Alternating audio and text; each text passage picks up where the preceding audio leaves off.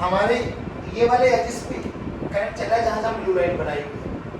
तो रियलिटी में अगर हम देखें तो कल एक तरीके से क्या था कि जहाँ वायर, पहले इसको 3 डायमेंशनल पिक्चर को ना 2D प्लेनर में बना लो। अब यहाँ से देख, ये वाला जो दो वाला, ये वाला सर्फेस देखो, ये वाला ए वाले, इसको नाम दे दूं मैं ABCD। भाई प्लीज पे अटेंशन, ABCD वाले फेस को देखो, इसमें यहाँ पे वायर नहीं है, तो इस वायर में एक करंट ऊपर की तरफ मान लो और एक करंट, सब बच्चे बोलो भाई, नीचे की तरफ मान लो। सेम इसमें भी इधर करंट नहीं है, तो एक इधर मान लो और एक नीचे की तरफ मान लो। अब ध्यान से देख, मुझे ये लूप कंप्लीट करनी है, तो ऊपर गया करंट, इधर गया करंट, नीचे आया करंट और ये वाला करंट, तो क्या ये बना गई कंप्लीट लूप बन गई। अब ये कंप्लीट लूप बन गई तो इसका मैग्नेटिक डायपोल मोमेंट का मैग्नीट्यूड कितना हो जाएगा, I × A²। तो I × A²।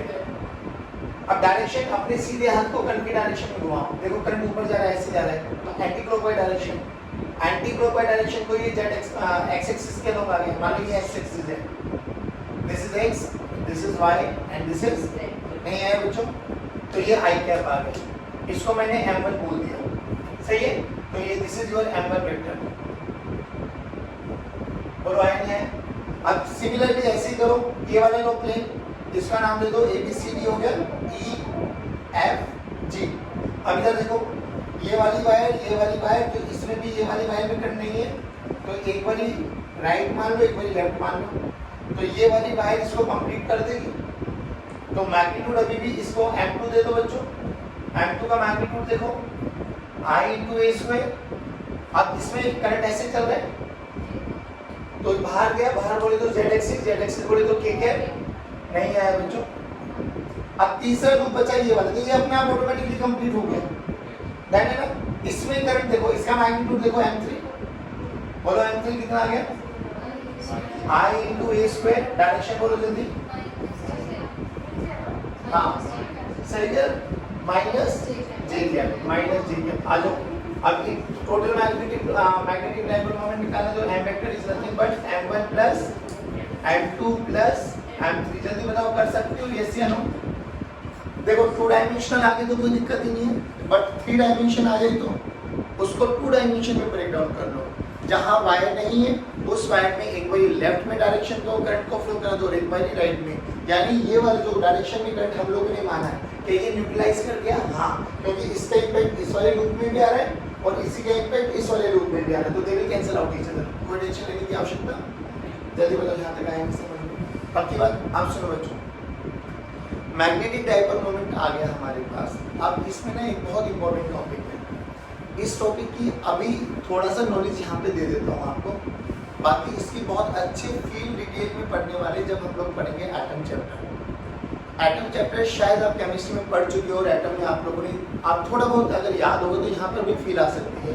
याद करो, एटम केमिस्ट्री में आप लोगों ने पढ़ा होगा कि there is a relation between radius and number of orbit, r is directly proportional to n², radius of first orbit 0.53 angstrom, velocity in first orbit, hydrogen के एटम के बारे में बात कर दो, velocity in first orbit c/137 metre per second.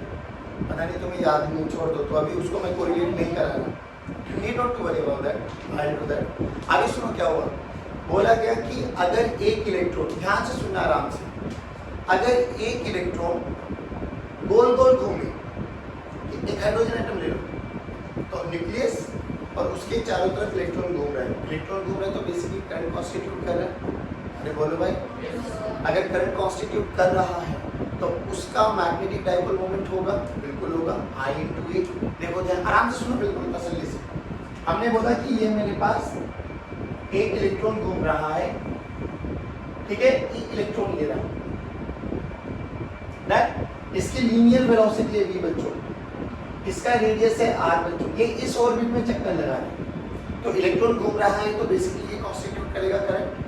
तो बोला गया find out the dipole moment of electron revolving around in orbit, जो भी हमारा इलेक्ट्रॉन घूम रहा है इसका आप मैग्नेटिक डायपोल मोमेंट कैलकुलेट करो, निकालना कोई मुश्किल नहीं है।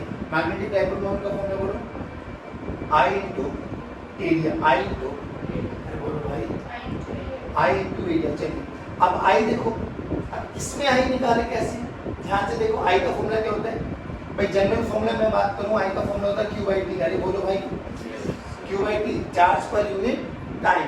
अब 1 बाई टी क्या होता है, फ्रीक्वेंसी।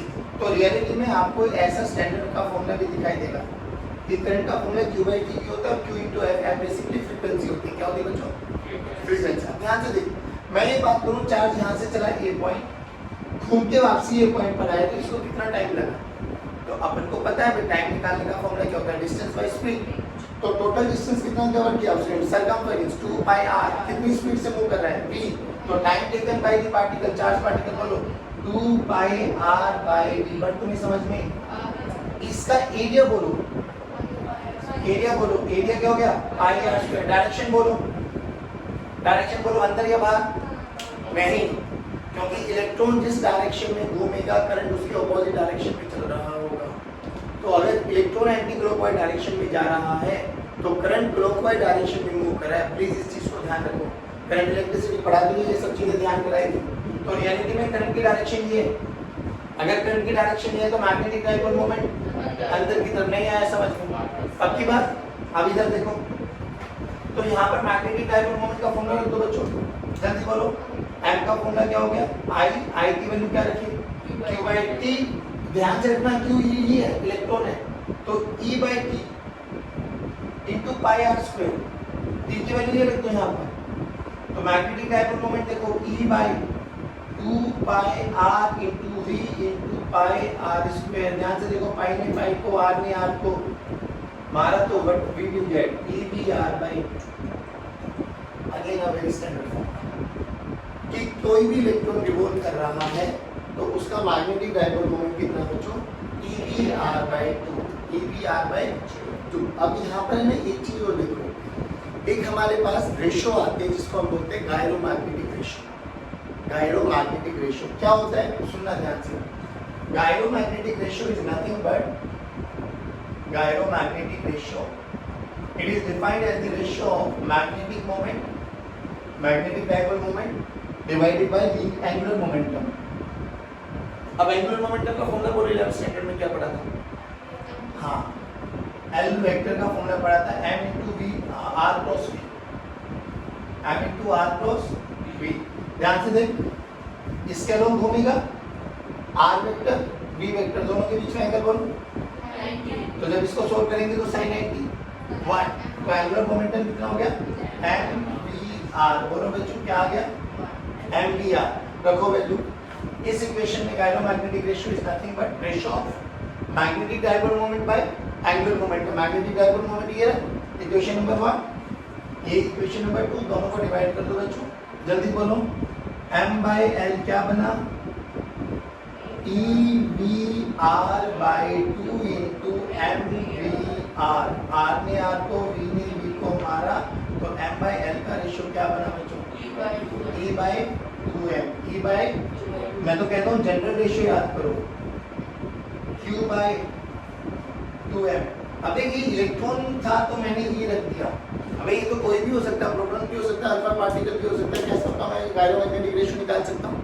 क्या गायरोमैग्नेटिक रेशियो इस पे डिपेंड कर रहा है कि रेडियस क्या है, वो कौन से ऑर्बिट में घूम रहा है, नहीं। क्या गायरोमैग्नेटिक रेशियो उस पे डिपेंड कर रहा है कि वेलोसिटी क्या है, नहीं। क्या गायरोमैग्नेटिक रेशियो टाइम पे डिपेंड कर रहा है, क्या, नहीं। गायरोमैग्नेटिक रेशियो डिपेंड ही किस पे कर रहा है, कितना तो चार्ज है और क्या उसका मास है, दैट्स इट। अरे बोल भाई, क्या ये रेशियो हमेशा कांस्टेंट रहने वाली है, हाँ बिल्कुल कांस्टेंट रहने वाली है। अब यहाँ से देखो कैसे न्यूमेरिकल्स आते हैं। कई बार ये आपको बोल दिया जाएगा, जैसे अपन लोगों ने तो यहाँ पर क्या माना है, एक सर्कल माना है ना, सर्कल में हम लोगों ने इलेक्ट्रॉन्स को घुमा दिया, कोई दिक्कत नहीं, घुमा दो।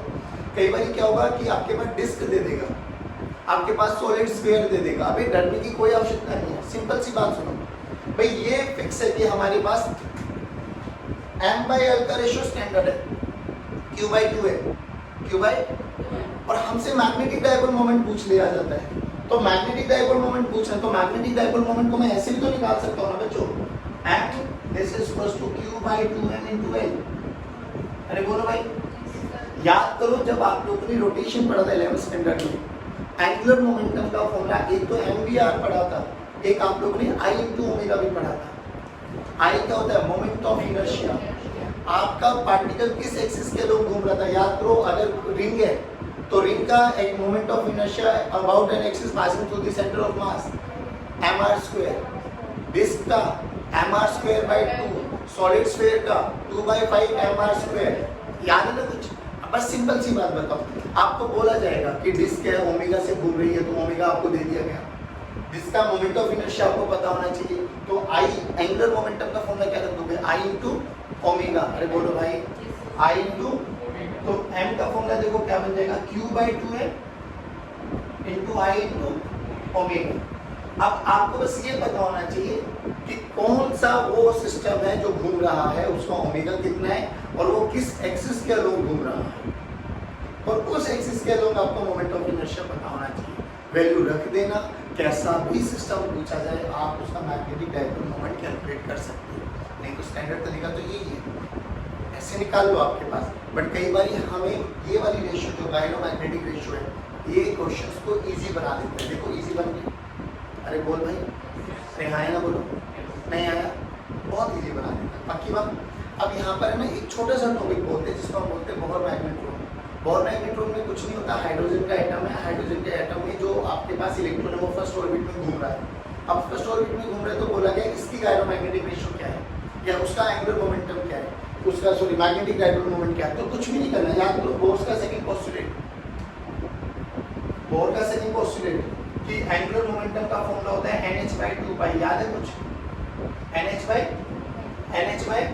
अगर वो हाइड्रोजन के फर्स्ट ऑर्बिट में घूम रहा है तो n की वैल्यू, अरे n की वैल्यू, h क्या होता है? प्लैंक कांस्टेंट, जिसकी वैल्यू कितनी होती है? 6.6 × 10⁻34, 6.6 × -10⁻34। अब ध्यान से देख, मुझे उस वाले हाइड्रोजन एटम में फर्स्ट ऑर्बिट में घूमने वाले इलेक्ट्रॉन का मैग्नेटिक डायपोल मोमेंट निकालना है। मैग्नेटिक डायपोल मोमेंट फॉर्मूला देख क्या बना? m q/2m into l, l की वैल्यू ये रखो, nh/2π। फर्स्ट ऑर्बिट के बारे में बात करें तो n की वैल्यू 1, तो h/2π। अब ध्यान से देखना बच्चों, q charge of electron 1.6 × 10⁻⁻19, mass of electron 9.1 × 10⁻31, h Planck constant 6.6 × 10⁻34, pi 3.14। सारी वैल्यूज को रखो तो ये values comes out to be 9.27 × 10⁻24। Magnetic dipole moment है तो यूनिट क्या होगी? Ampere metre square. क्या होगी बच्चों? Ampere metre square. नहीं आया समझ में? अरे बोलो भाई, ये बोर मैग्नेट्रॉन है। अभी आपको क्या याद रखना है वो मैं बता देता हूँ। बोर्स मैग्नेट्रॉन, आपको ना ये तीन फॉर्मूले याद रखने हैं। एक तो ये तो स्टैंडर्ड वर्सेटाइल फॉर्मूला है। एक चीज यहाँ पे एक चीज और तुझे समझ में आई, इलेक्ट्रॉन एंटी क्लॉकवाइज डायरेक्शन में घूम रहा था तो करंट और एरिया की डायरेक्शन, करंट की डायरेक्शन में अपने वीडियो को घुमाओगे, ना कि इलेक्ट्रॉन्स के चलने की डायरेक्शन में। इस चीज का ध्यान रखना। जो कि बच्चा चकमा खा गया था अभी, आप बोल रहे थे बाहर है इसकी डायरेक्शन, बाहर नहीं किधर है, पहली बात। दूसरी, ये स्टैंडर्ड फॉर्मूला है एंगुलर मोमेंटम का, मतलब मैग्नेटिक डायपोल मोमेंट का, EVR/2। और ये तो गायरोमैग्नेटिक रेशियो तो स्टैंडर्ड है, याद कर लेना, q/2m होता है और हमेशा कांस्टेंट रहता है चाहे कैसा भी सिस्टम आ जाए। और m/l होता है गायरोमैग्नेटिक रेशियो, m/l = q/2m। तो कई बार आप लोगों को अलग अलग सिस्टम का भी मैग्नेटिक डायपोल मोमेंट निकालना होता है, तो q/2m × l कर देना। l क्या होता है? Angular momentum. जिस भी एक्सिस के अलोंग घूम रहा है उसका एंगुलर मोमेंटम उस एक्सिस के अलोंग निकाल लेना। एंगुलर मोमेंटम क्या होता है? I × omega. ओमेगा आपको गिवन होगा, I आपको याद होना है। और I हमने कौन से स्टैंडर्ड में यूज किया था? 11th स्टैंडर्ड के रोटेशन वाले चैप्टर। ठीक है, कई बार आपको इजी बनाने के लिए वो I दे भी देगा कि टेक I की वैल्यू 2/5 mr², 2/3 mr², 1/2 mr², जो भी होगा वो रखेंगे, you will get the answer. जल्दी बताओ कितना समझ पाएंगे? पक्की बात। अब हम बात करने वाले टॉर्क के बारे में। याद करो, टॉर्क हम लोग ने 11th स्टैंडर्ड में पढ़ा था और बहुत कॉमन सेंस वाला जवाब होना चाहिए टॉर्क का। कि टॉर्क का फॉर्मूला क्या होता है? जल्दी बोलो, थोड़ा रिकैप करते हैं। टॉर्क का फॉर्मूला होता है R×F। क्या होता है बच्चों? R×, अरे बोलो भाई, R×F। या इसके दो फॉर्मूले पढ़े थे हम लोगों ने। अभी सुनना कि टॉर्क का फॉर्मूला हम ये भी लिख सकते हैं R परपेंडिकुलर F, और टॉर्क का फॉर्मूला F परपेंडिकुलर R। मतलब क्या? कि जहां हमारा फोर्स लग रहा है उन दोनों फोर्सेस के ज्वाइन करने वाली लाइन को बोलते हैं line of action of force. उन दोनों line of action of force के परपेंडिकुलर डिस्टेंस अपन लोगों को चाहिए था, कई बार वो निकाला था हम लोगों ने R%। फिर हम लोगों ने ये देखा था कि कई बार हम लोगों ने ये भी ऑब्जर्व किया था कि पूरे सिस्टम में ऐसा हो सकता है टोटल फोर्स 0 हो जाए, बट टोटल फोर्स 0 हो जाए उसके बावजूद उस पर लगने वाला टॉर्क 0 हो इसकी कोई गारंटी नहीं होती। हाँ, बट अगर F नेट 0 है, इस पॉइंट पे ध्यान देना, अगर F नेट 0 है तो उस बॉडी पर लगने वाला टॉर्क किसी भी पॉइंट के लो हमेशा सेम रहने वाला है, हमेशा सेम रहने वाला है। तो ये 2-3 पॉइंट्स आपको याद होने चाहिए। टॉर्क का फॉर्मूला क्या होता है, और if F net is equal to 0, यानी उस वाले सिस्टम पे लगने वाला टोटल F net 0 है, तो टॉर्क नेट 0 हो इसकी कोई गारंटी, टॉर्क 0 हो भी सकता है और वो नहीं भी 0 हो सकता है। बट अगर टॉर्क लग रहा है और F net 0 है तो एक बात तो कंफर्म सकते हैं क्या, कि इस बॉडी पर मान लो एक फोर्स इधर लग रहा था, लेट्स सी F, और एक फोर्स इधर लग रहा था F, बताओ F net 0 है या नहीं, 0 है, पर टॉर्क लग सकता है, बिल्कुल लग सकता है। तो चाहे आप टॉर्क इस पॉइंट के लोग निकालो, चाहे आप इस पॉइंट के लोग निकालो, चाहे आप इस पॉइंट के लोग निकालो, चाहे आप इस पॉइंट के लोग निकालो, तो यू विल रियलाइज हर केस में टॉर्क सेम आने वाला है। लेकिन ये कंडीशन तभी फुलफिल हो सकती है अब लगने वाला F net क्या होना चाहिए, 0।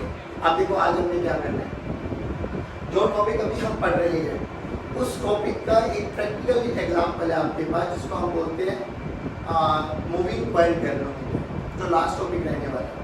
लेकिन मूविंग कॉइल गैल्वेनोमीटर का जो वर्किंग प्रिंसिपल है वो यही है कि अगर हम किसी भी करंट कैरिंग फ्लूइड को यूनिफॉर्म मैग्नेटिक फील्ड में रख देते हैं तो उस पर एक टॉर्क लगने वाला है, और टॉर्क का फॉर्मूला देखो क्या होगा बच्चों, टॉर्क का फॉर्मूला होगा NIAB sin थीटा। ध्यान से देखो ये क्या लग रहा है आपको, एम बोले तो मैग्नेटिक डाइपोल मोमेंट, तो टॉर्क का फॉर्मूला क्या हो जाएगा, MB sin थीटा। थोड़ा थोड़ा एनालॉजी करो, ऐसे ऐसा कुछ वहाँ पे कहीं भी पढ़ा था एक जगह PE sin थीटा, PE वहाँ पर मैग्नेटिक डाइपोल मोमेंट M होता है, वहाँ पर P होता है इलेक्ट्रिक डाइपोल मोमेंट, वहाँ पर इलेक्ट्रिक फील्ड होता है, यहाँ पर मैग्नेटिक फील्ड होता है, वहाँ पे theta angle between P and D होता है, M एंड D होता है। नहीं आया समझ में? आप देखो बिल्कुल बहुत बेसिक सी चीज़ है, आप समझ के चल कि लेट्स से बहुत बेसिक चीज़ें बताऊंगा। मान लो मेरे पास मैग्नेटिक फील्ड बाहर की डायरेक्शन में है, बच्चों आराम से समझना, मैग्नेटिक फील्ड बाहर की डायरेक्शन में बाहर, और मैंने कोई भी करंट कैरिंग लूप ले ली, ये मेरे पास एक करंट कैरिंग लूप है बच्चों, इसकी साइड लेंथ ये मैं मान लेता हूँ W, और ये मैं मान लेता हूँ लेंथ, तो ये मेरे पास एक रेक्टेंगुलर कॉइल है, ठीक है, क्या है मेरे पास रेक्टेंगुलर कॉइल। रुको तो सही, इसमें किसी भी डायरेक्शन में करंट को मान लो, बोलो किस डायरेक्शन में, मान ले क्लॉक या एंटी क्लॉक, एंटी क्लॉक मान लेते हैं लोग। बस अभी मुझे इतना बताओ, हाँ बाबा इधर क्लॉक मूवमेंट एंटी क्लॉक मानो, मैं बताऊंगा दोनों में रीजन आ जाएगा। एंटी क्लॉक देखो, एंटी क्लॉक क्यों बना है, क्योंकि जब इसका मैग्नेटिक डाइपोल मोमेंट निकालेंगे तो I into A, एरिया बाहर मैग्नेटिक फील्ड भी बाहर, दोनों के बीच में एंगल बोलो 0। तो इनिशियली बाबा इधर देखो, इनिशियली अपन लोगों ने माना कि theta that is angle between area vector and magnetic field is 0। Okay done. अगर मैं इस कॉइल को घुमाऊं, ओमेगा से घुमा देता हूं, तो किसी भी टाइम t में ये कितना एंगल डिस्प्लेस हो जाएगा, तो थीटा का फॉर्मूला हमें पता है omega into T, omega into T, omega into, ध्यान से देख, मान लो मैग्नेटिक फील्ड ये रही आपकी तरफ, मेरे हाथ को मैग्नेटिक फील्ड लगाओ, ये मैंने करंट कैरिंग कॉइल है मेरे पास, करंट इस डायरेक्शन में जा रहा है, इसका एरिया वेक्टर भी मैंने ये मान लिया, डन है। अब ध्यान से देखो, इनिशियली दोनों के बीच में एंगल, अब मैं इसको रोटेट कर रहा हूँ, मैग्नेटिक फील्ड तो यही रहेगी बाहर, इसको रोटेट कराऊंगा तो क्या धीरे धीरे एरिया वेक्टर चेंज होगा, तो अब एरिया वेक्टर क्या बन गया, थीटा। अरे बोल भाई कितना घुमा, मतलब ये घुमा भी थीटा और इनके बीच में भी एंगल कितना बन गया, थीटा। नहीं आया समझ में आपको, डन। तो ऐसे धीरे धीरे धीरे धीरे अपन इसको घुमाएंगे, बट घुमाने के लिए कौन रिस्पॉन्सिबल होता है, तो अपन ये देखना है कि जब ये करंट कैरिंग लूप को हम लोगों ने मैग्नेटिक फील्ड में रखा, तो पहले ऑब्जर्व करेंगे इसमें लगने वाले फोर्सेस कि भाई ये देखो करंट कैरिंग वायर है, आइडियली इस पे भी लगेगा, इसमें भी लगेगा, इसमें भी लगेगा, इस पे भी लगेगा, तो 4 फोर्सेस लगेंगे। पहले अपन ये ऑब्जर्व करेंगे कि क्या चारों फोर्सेस का वेक्टर सम 0 बन रहा है क्या, हो सकता है बने, हो सकता है ना बने, हमें कुछ नहीं पता। अगर 0 बन रहा होगा फिर देखेंगे कि उस पे लगने वाला टोट हो सकता है 0 हो जाए, हो सकता है 0 ना हो।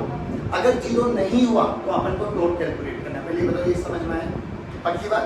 अब इसको ना थोड़ा सा 2 डायमेंशनल एनालाइज कराता हूँ आपको। मान लो ये मेरे पास कॉइल है, बच्चों आराम से सुनो बिल्कुल तसल्ली से। ये मेरे पास एक कॉइल है, बाबा प्लीज पे अटेंशन। ये मेरे पास एक कॉइल है, ठीक है, कॉइल में, और यहाँ पर ये मेरे पास मैग्नेटिक फील्ड की डायरेक्शन है बच्चों। अब समझ के चलो मैग्नेटिक फील्ड यूनिफॉर्म है इस डायरेक्शन में, ऐसे मैग्नेटिक फील्ड की डायरेक्शन है ये, बोलो भाई, एक डी वेक्टर है मेरे पास, ठीक है, पूरे स्पेस में। अब करंट इसमें ऐसे ही चल रहा है, डन है। चलो आ जाओ, इसकी लेंथ मैंने L मान ली बच्चों, और ये मैंने W मान ली इसकी विड्थ। तो बोलो एरिया कितना हो गया बच्चों, L इंटू W। चलो current carrying conductor placed in magnetic field, तो it will experience a force I L cross B। I तो इसका नाम मैंने दे दिया P, इसका नाम मैंने दे दिया Q, इसका नाम मैंने दे दिया R, इसका नाम मैंने दे दिया S। पक्की बात है, जल्दी बताओ इनिशियली क्या फोर्स कर, तो देखो तो सही, L क्रॉस B, L बोले तो जो करंट की डायरेक्शन है, करंट की डायरेक्शन ऊपर, मैग्नेटिक फील्ड इधर, तो इस वाले कंडक्टर में फोर्स किधर लगा, अंदर, किधर लगा, अंदर। कितना मैग्नीट्यूड का लगा वो भी देखते हैं। तो force on P into Q, force of PQ conductor, I into L into B, I into L into B। I current मान लिया अपन लोगों ने, length of the conductor L है, मैग्नेटिक फील्ड यूनिफॉर्म है B, तो I L B sin 90, B और L के बीच में एंगल 90 डिग्री है, sin 91, और फोर्स लगा अंदर, नहीं है। अब इधर देखो, करंट और मैग्नेटिक फील्ड एक ही डायरेक्शन में आ गए, ये तो 0 बन गया, तो यहाँ पे थीटा की वैल्यू 0 नहीं आया। अरे बोलो भाई, इस पे 4 0, इस पे 4 0, इसमें देखो L कैसे निकाले, हाँ ये सही है ना, सही है। करंट नीचे L क्रॉस B नहीं आया, मैं करंट नीचे की डायरेक्शन में ना, L क्रॉस B, तो बाहर। चलो आ जाओ, तो इस पे कितना फोर्स लगा, F1 ये RS कितना फोर्स लगा, I into L into B outward direction. देखो इन पे दोनों पे 0 लगा, इस पे अंदर लगा, इस पे बाहर लगा, तो नेट फोर्स हमें कितना लगा, 0। आप सुनो ध्यान से, नहीं है। अब इसको अगर मैं थीटा एंगल से रोटेट करा दूं बच्चों, प्लीज बी अटेंशन। मान लो इसको मैंने घुमा दिया, मैंने इसको रोटेट कराया, रोटेट करके देखिए क्या बन गया। तो ये मैंने ऐसे घुमाया, तो ये वाला पार्ट बाहर आ गया, ये वाला पार्ट अंदर चला गया, तो कुछ ऐसा सा शेप बन गया शायद इसका, ध्यान से देखना।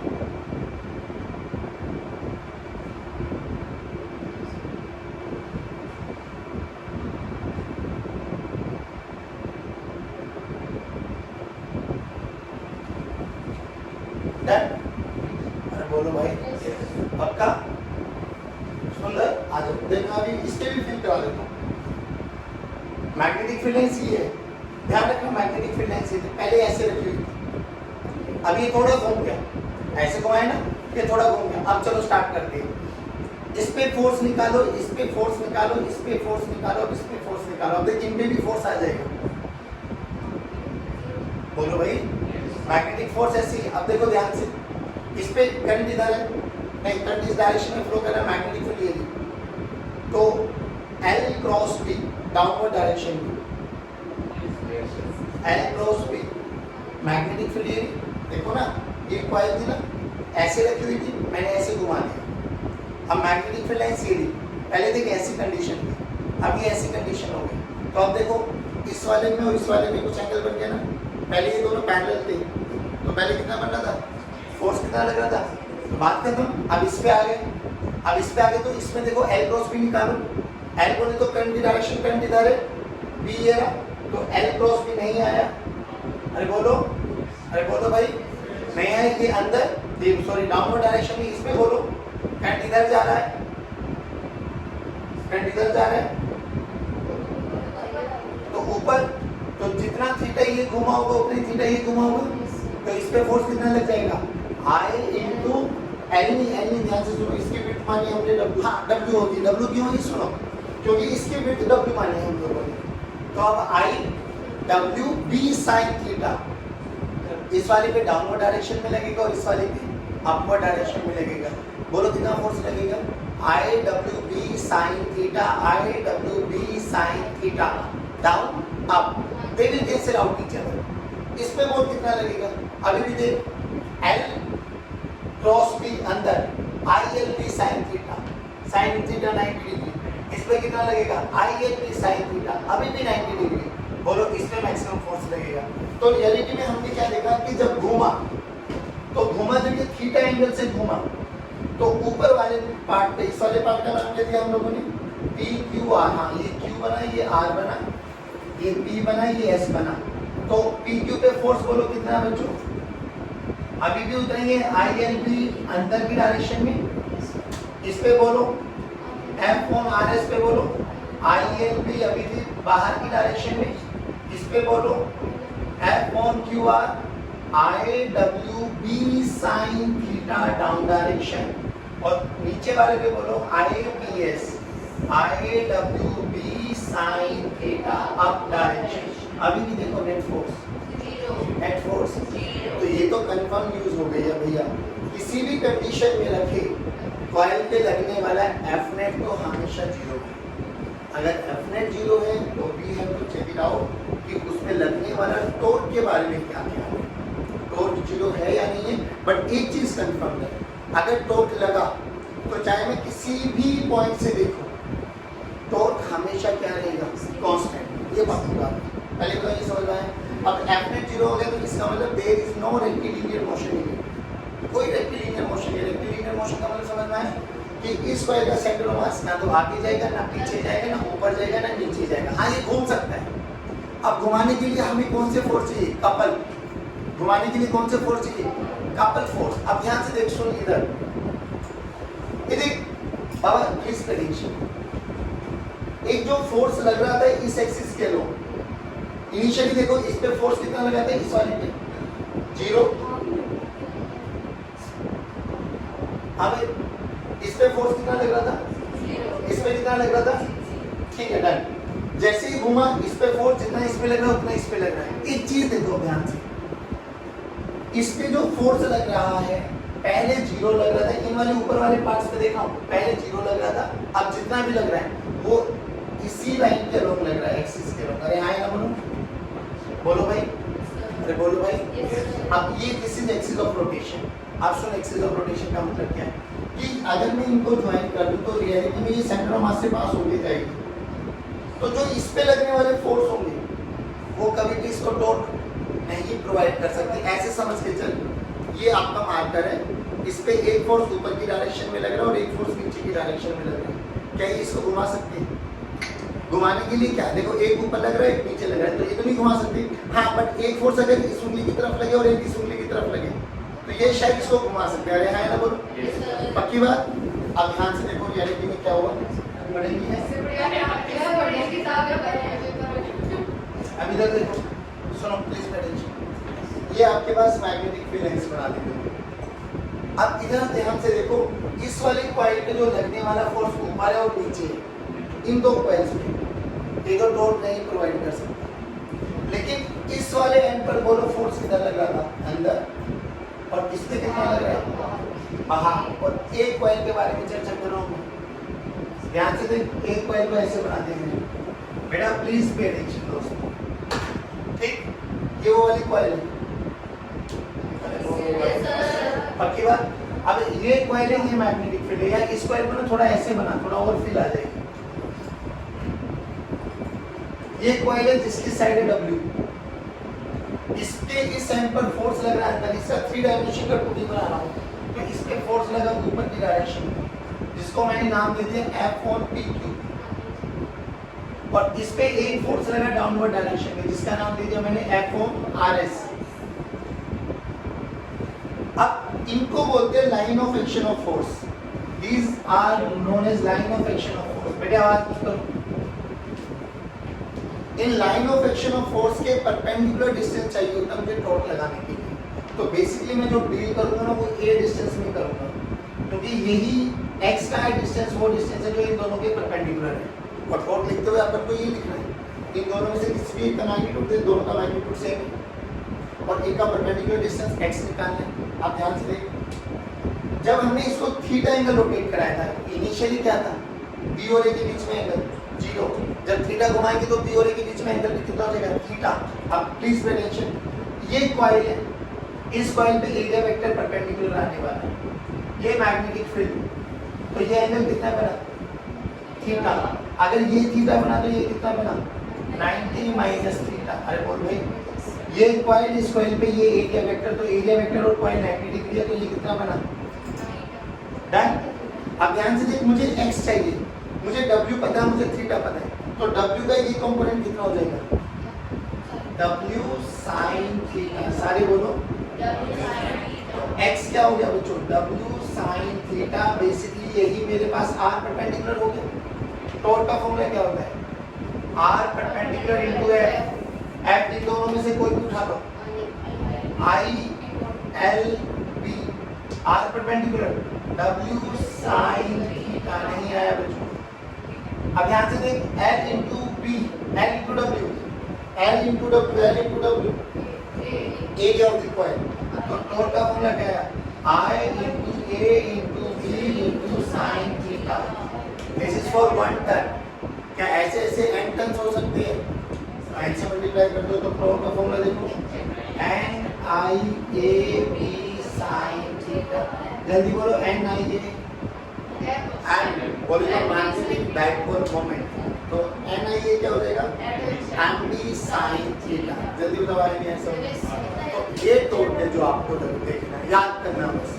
चलिए बच्चों, आज की कक्षा को यही समाप्त करते जाएंगे। God bless.